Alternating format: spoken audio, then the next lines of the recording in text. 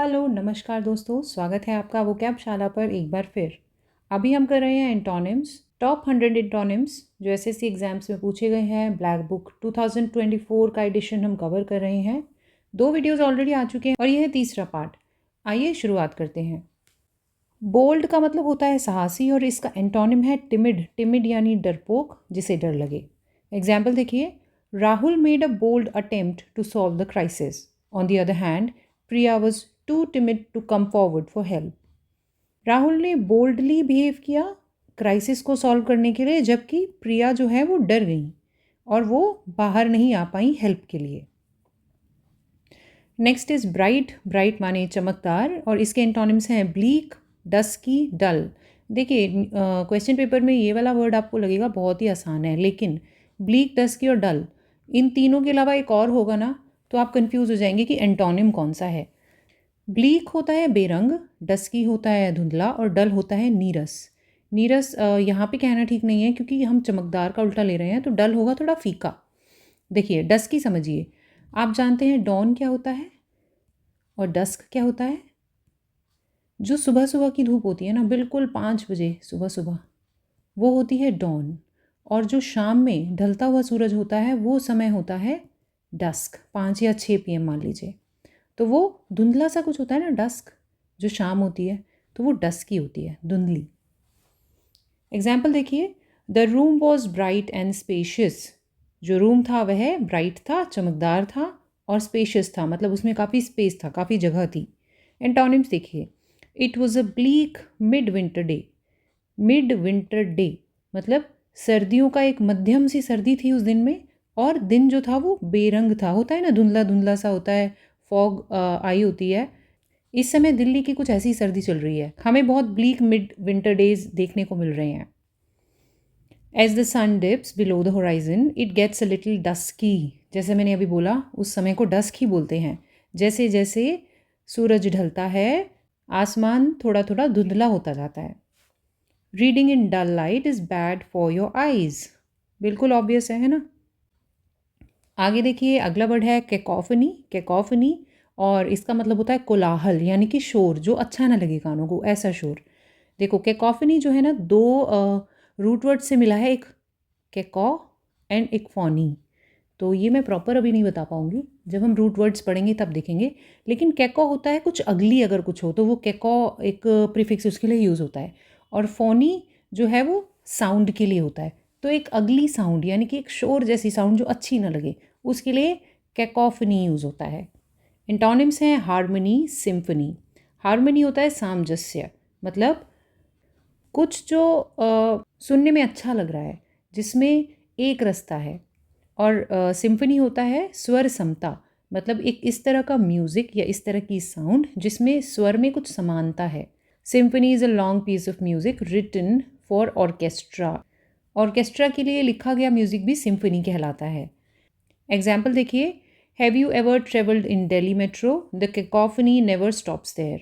ये मैंने जेन्युइनली लिखा है, दिल्ली मेट्रो में इतना शोर होता है कभी कभी, वहाँ पे कैकोफनी कभी रुकती ही नहीं है, कोलाहल कभी रुकता ही नहीं है। अगला देखिए, the choir sang the last verse in harmony. Choir आप जानते हैं क्या होता है, ग्रुप ऑफ सिंगर्स होता है जो अलग अलग हाइट्स पे खड़े रहते हैं, अगर आपने देखा हो तो, और सभी लोग अलग अलग लेवल पर गा रहे होते हैं। तो यहाँ पे क्या लिखा हुआ है, जो क्वायर के लोग थे उन्होंने लास्ट वर्स, जो लास्ट लाइन थी, उसको हार्मनी में गाया, मतलब कि इकट्ठे गाया, अलग अलग नहीं गाया। A symphony of chuckles was only response. Chuckles होता है हंसी, हंसी या खुशी।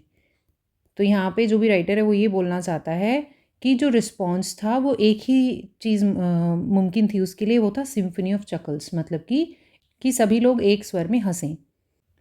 Next is carnal. कार्नल होता है शारीरिक और इसका उल्टा होगा स्पिरिचुअल यानी आध्यात्मिक। बहुत ही सिंपल है। एग्जाम्पल देखिए, apparently one grows more carnal and more mortal as one grows.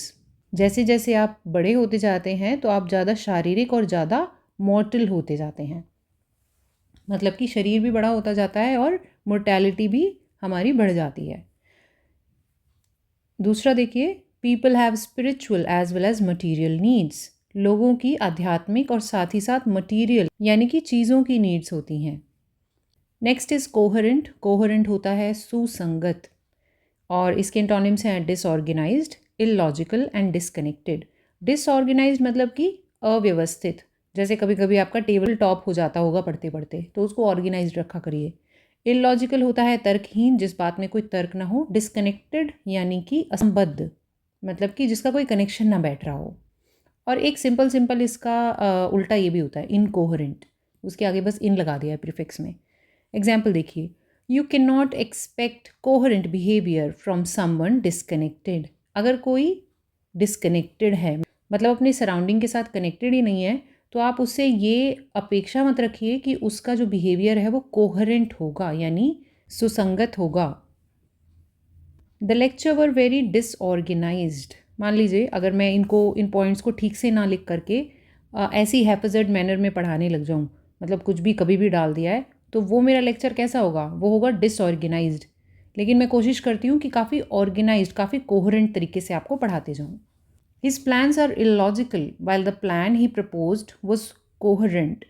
कोई एक बंदा है, उसने जो पहले प्लान बताया था वो तो कोहेरेंट साउंड कर रहा था, मतलब काफ़ी लॉजिकल लगता था, लेकिन अभी जो प्लान वर्कआउट होकर आया है वो इलॉजिकल दिख रहा है। Next is combative. कॉम्बैटिव होता है लड़ाकू और इसके एंटोनिम्स हैं पीसफुल एंड अग्रीएबल। पीसफुल यानी शांतिपूर्ण, अग्रीएबल यानी अनुकूल। देखिए examples, while the police tried to arrest him he became combative. जैसे ही पुलिस ने उसे धरने की कोशिश करी, अरेस्ट करने की कोशिश करी, वह लड़ाकू हो गया, मतलब वापस से लड़ाई करने लगा। The meeting aimed to find a peaceful solution to the conflict in Ukraine. मान लीजिए कोई मीटिंग हुई है यूक्रेन में और रशिया के बीच में जो कॉन्फ्लिक्ट चल रहा है उसके बारे में वो है। मीटिंग में क्या हुआ, वो मीटिंग का एम क्या था, एक पीसफुल सोल्यूशन निकल पाए, मतलब एक शांतिपूर्ण सोल्यूशन निकल पाए, और जो कॉम्बैट वहाँ चल रहा है, जो लड़ाई वहाँ चल रही है, वो रुक जाए। यहाँ पर आप एग्रीएबल यूज़ कर सकते थे। Next is conquer. कॉन्कर होता है सहमत होना और इसका उल्टा होगा डिसअग्री, यानी असहमत होना। We strongly concur with this recommendation. हम स्ट्रांगली मानते हैं, सहमत करते हैं रिकमेंडेशन से, जो भी है रिकमेंडेशन है।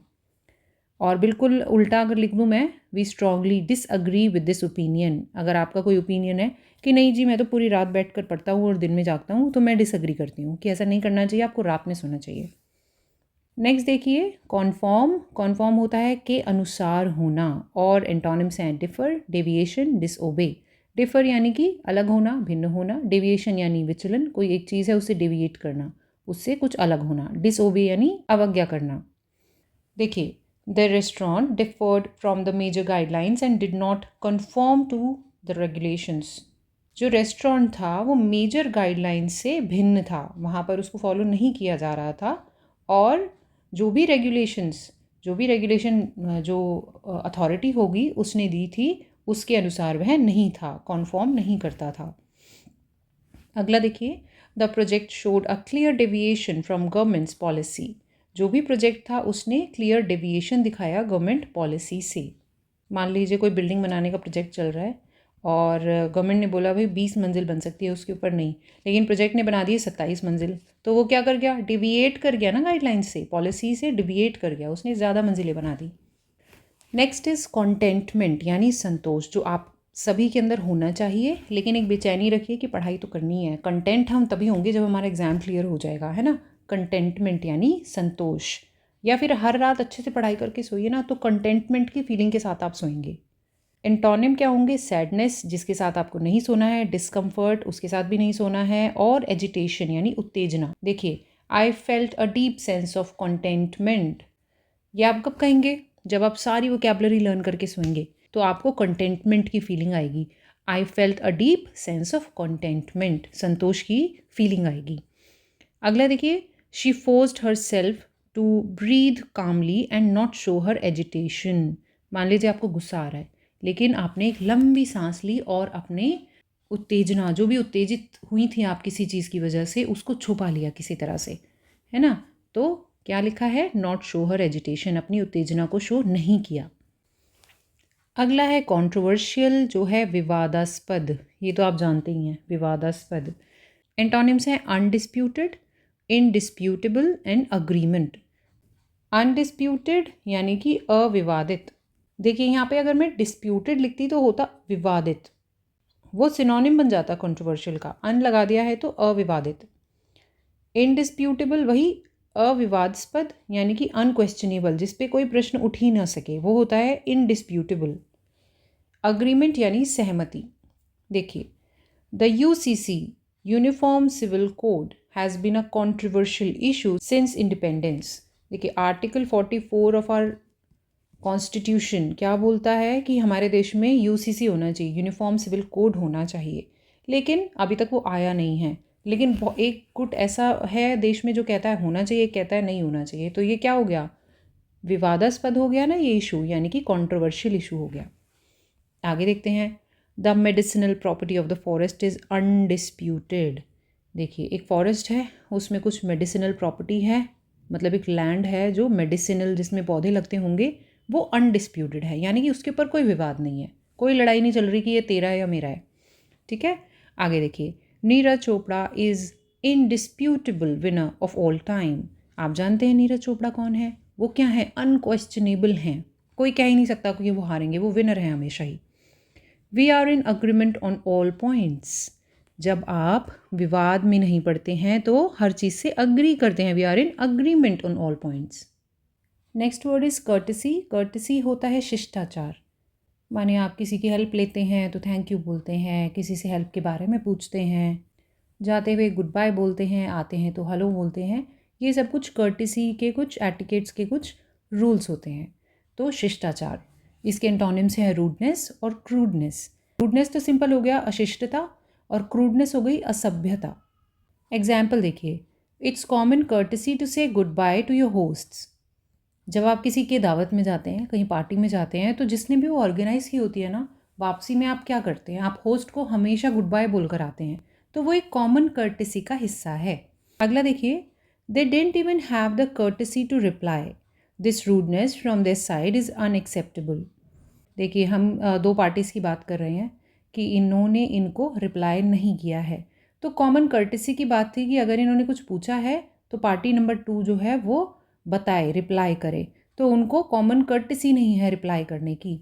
ये जो रूडनेस उन्होंने की है ये अनएक्सेप्टेबल है। अगला है क्रिटिकल। क्रिटिकल के कई सारे मतलब होते हैं, एक एक करके देखते हैं। सबसे पहले तो आलोचनात्मक, किसी चीज़ की आलोचना हो रही है, यानी कि उसके नेगेटिव पॉइंट्स को गिनवाया जा रहा है।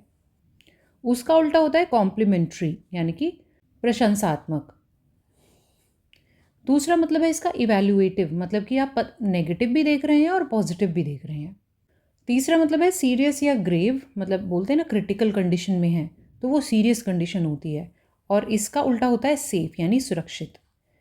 एक मतलब है इसका हैविंग क्रूशियल इम्पोर्टेंस, इतना इम्पोर्टेंट है आपके लिए, तो वो भी क्रिटिकल कहलाता है।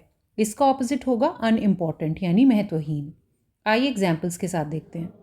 The report was very critical of safety standards on the railways. कोई एक रिपोर्ट है जिसने सेफ्टी स्टैंडर्ड की क्रिटिकल बातें सामने लाई हैं, ठीक है, उसकी नेगेटिव पॉइंट सारी गिनवाई हैं। She was very complimentary about my cooking, बिल्कुल इसका उल्टा, वहाँ पर नेगेटिव पॉइंट बताए और यहाँ पॉजिटिव बता रहे हैं। मेरी कुकिंग के लिए उन्होंने काफ़ी प्रशंसा की। He is in a critical condition, मतलब वो एक सीरियस कंडीशन में है, तबीयत के हिसाब से हो या कुछ भी हो। और इसका उल्टा होगा ही इज़ सेफ नाउ, वो अब सुरक्षित हैं। The negotiations have reached a critical stage. Negotiation मतलब दो पार्टीज़ के बीच में बातचीत हो रही है और वो एक क्रिटिकल यानी कि इम्पॉर्टेंट स्टेज तक पहुंच गए हैं। उल्टा देखिए, the negotiations are unimportant after court's judgement, मतलब कुछ बातचीत हो रही थी लेकिन बीच में कोर्ट ने जजमेंट दे दिया, अब कोई महत्व नहीं रह गया है ना, महत्वहीन हो गई हैं वो नेगोशिएशंस। नेक्स्ट वर्ड है कर्ट। इसके भी कई मतलब हैं, एक है रूखा, अशिष्टतापूर्ण और संक्षिप्त, तीन मतलब हैं। जब रूखा है तो उसका उल्टा होगा पोलाइट यानी कि विनम्र, और अशिष्टतापूर्ण का भी उल्टा होगा विनम्र। और अगर संक्षिप्त है, ब्रीफ में बात हो रही है, शॉर्ट में बता दिया है, तो उसका उल्टा होगा एक्सपेंसिव, विस्तृत। एक्चुअली अगर बातों में कोई कर्ट रिप्लाई कर रहा है ना, तो वो रूखा सा कुछ उसने छोटी सी बात बोल दी है, जैसे आप बोल देते हैं मुझे क्या, तो वो कर्ट कहलाएगा। रूडली आपने कुछ ब्रीफ में बोल दिया है तो वो कर्ट कहलाता है। चलिए एग्जाम्पल से समझते हैं। She gave me a curt reply and slammed the phone down. She was not at all polite with me. उसने मुझे एक रूखा सा उत्तर दिया, छोटा सा एक उत्तर दिया और फ़ोन को काट दिया. वो मेरे साथ बिल्कुल भी पोलाइट नहीं थी, यानी कि विनम्र नहीं थी. To my surprise, my dad sounded curt rather than polite and pleading. एक ऐसी सिचुएशन है जहां आपके पिताजी को पोलाइट होना चाहिए था, प्लीडिंग होना चाहिए था. प्लीडिंग मतलब प्लीज़ करके बोलना किसी से. उन्होंने उसका उल्टा किया, उन्होंने कर्ट तरीके से बात की. She was offended by the curt reply of her expensive question. अब इन्होंने क्या किया, expensive question, expensive was wrong, expensive question मतलब एक्सपेंड करके. लंबा चौड़ा आपसे क्वेश्चन पूछा था लेकिन आपने कर्ट रिप्लाई कर दिया. ठीक है, एक लंबा आंसर होना चाहिए था लेकिन एक छोटा सा आंसर आपने दिया. अगला है डिफेंड. डिफेंड का मतलब होता है बचाव करना.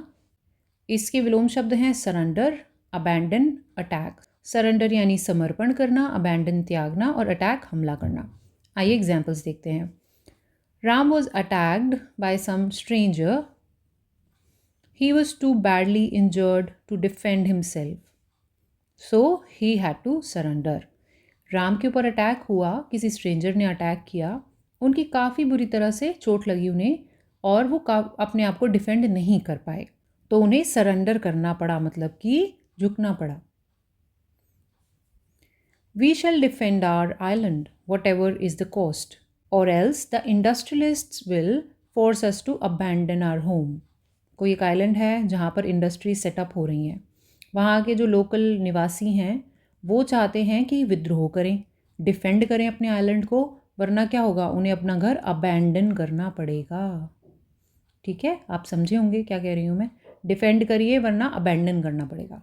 नेक्स्ट आ जाता है डिस्कॉर्डेंट. डिस्कॉर्डेंट माने असहमत या बेसुरा. एंटोनिम्स हैं अग्रीएबल यानी सहमत, तो असहमत का सहमत. बेसुरा होगा तो उसका उल्टा होगा मेलोडियस यानी मधुर, या हारमोनियस यानी सामंजस्यपूर्ण.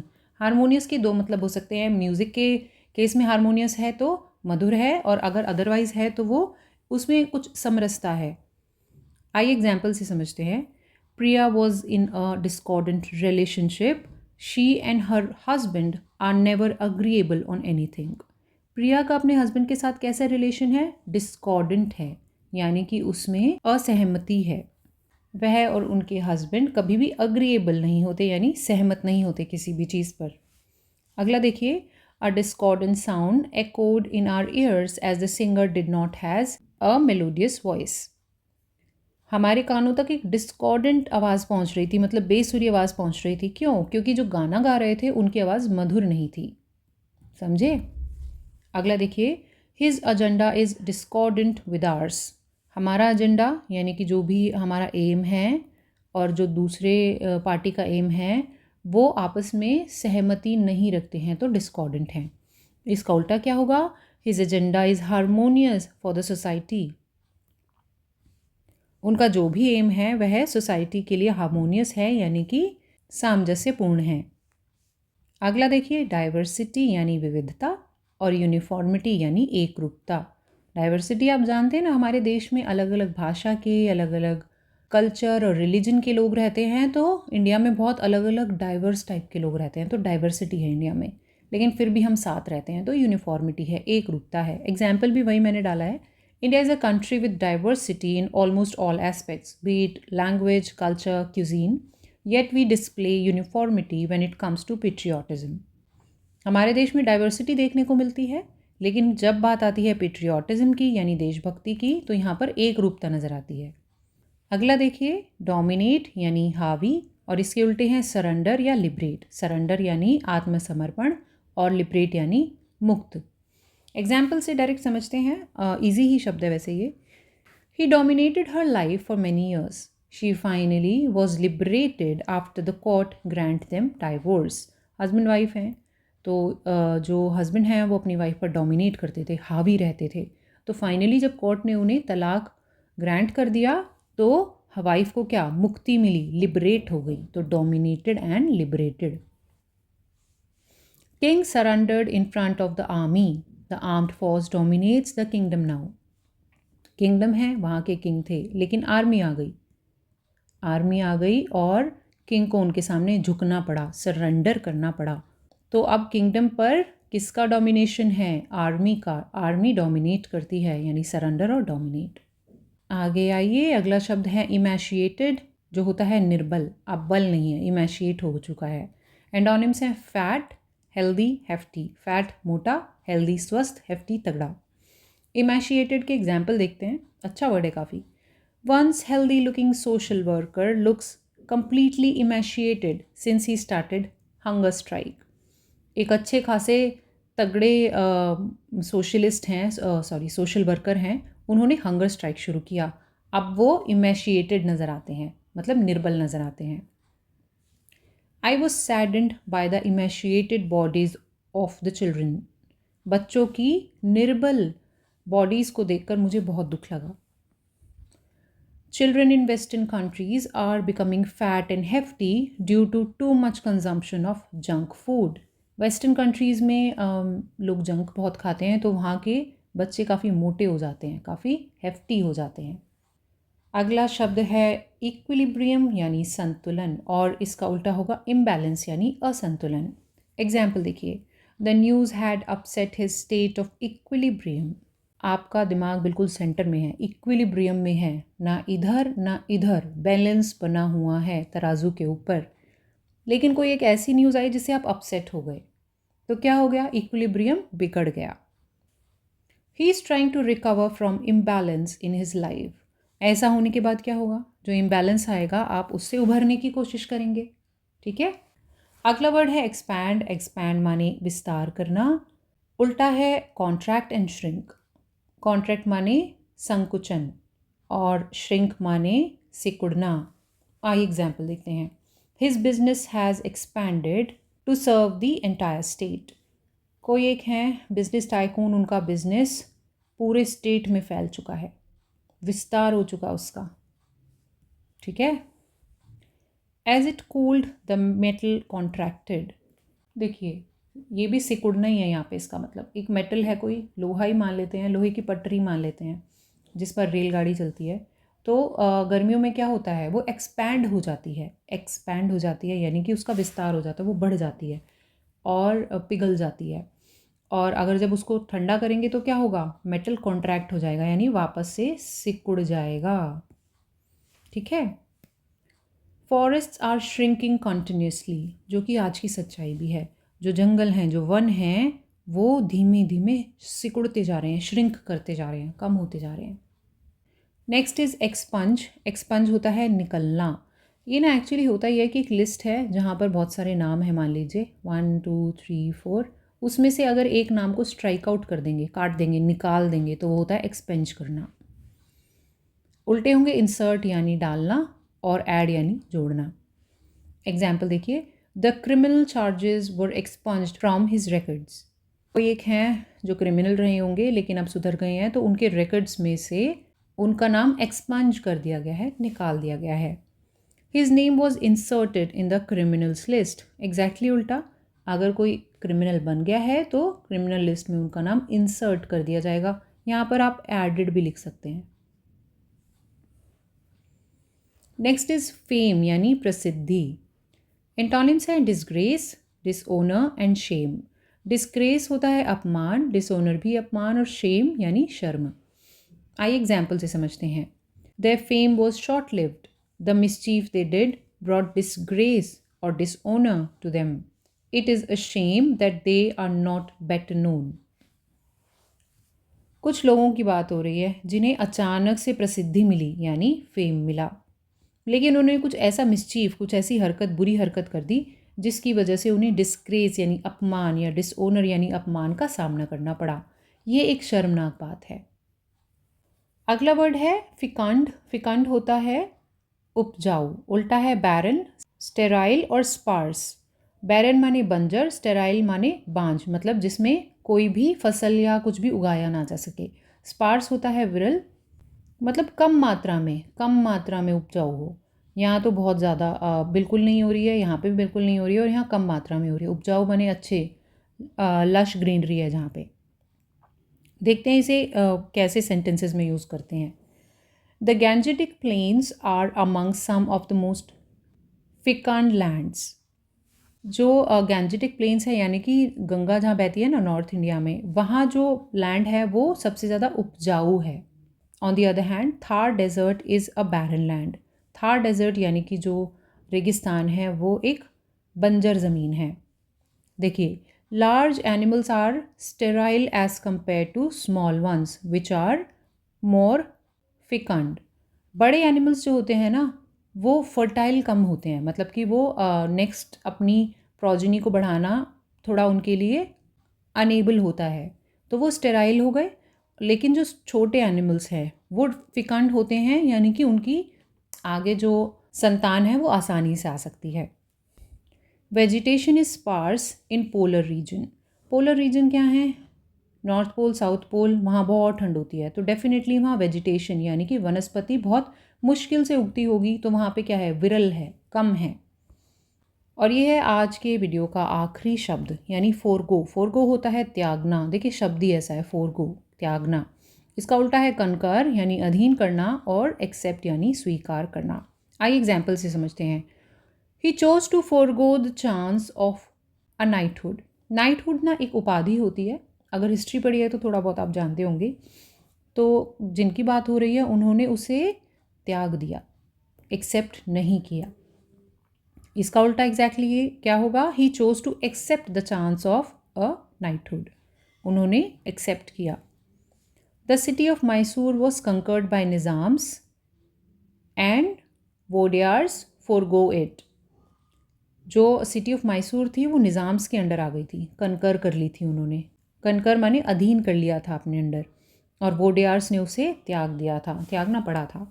तो यहाँ पे आज का वीडियो ख़त्म होता है दोस्तों। अगर आपको वीडियोस अच्छी लग रही हैं तो definitely please subscribe to this channel, और आप वीडियोस को पूरा देखिए, चाहे स्पीड थोड़ा बढ़ाकर देखिए, ये आप ही के अच्छे के लिए है। दिस इज़ मी वर्षाकारी signing off for today. Bye bye.